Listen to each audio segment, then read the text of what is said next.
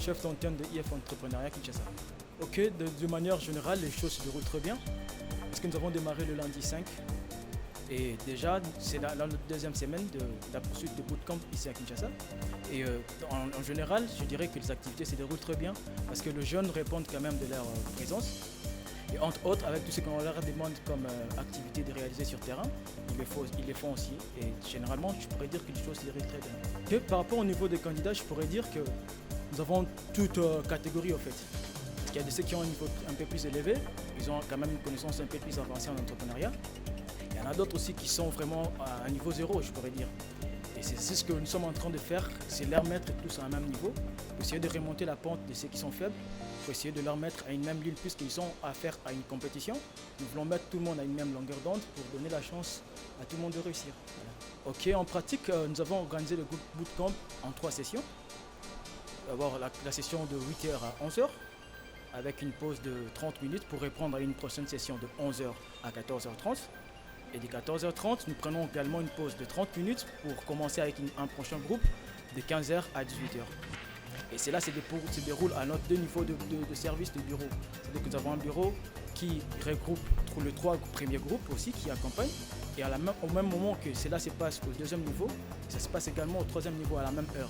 C'est-à-dire que si on peut prendre l'effectif total de jeunes que nous accompagnons pour ce bootcamp, par jour nous recevons au moins 120 jeunes. On a accompagné 611. Aujourd'hui, nous pouvons considérer que c'est la 2e séance parce que nous avons eu à décortiquer nos projets, discuter déjà grâce à Internet. Et là, nous nous sommes vu les conditions sanitaires, ça demande à ce que nous puissions faire des intervalles de sorte à nous protéger.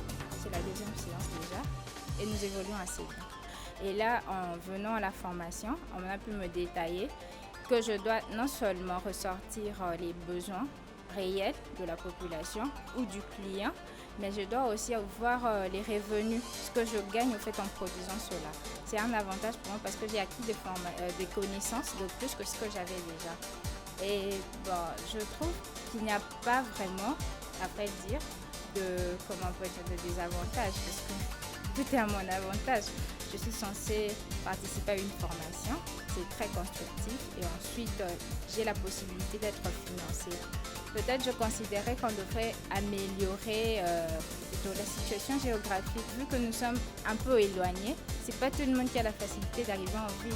Si on pourrait délocaliser, soit disperser les centres de formation, ce serait à notre avantage. Sinon tout est bien. Grâce à cette formation, j'ai compris là où il faut commencer, là où il faut terminer.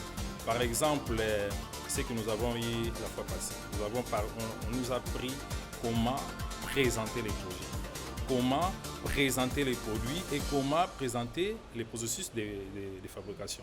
Mais lorsque j'avais introduit les projets, ça a été fait un peu en désordre.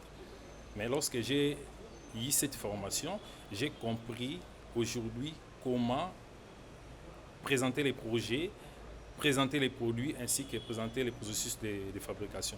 Lorsque nous allons terminer, je crois, j'aurai vraiment la base à ce qui concerne l'élaboration des plans business GRP.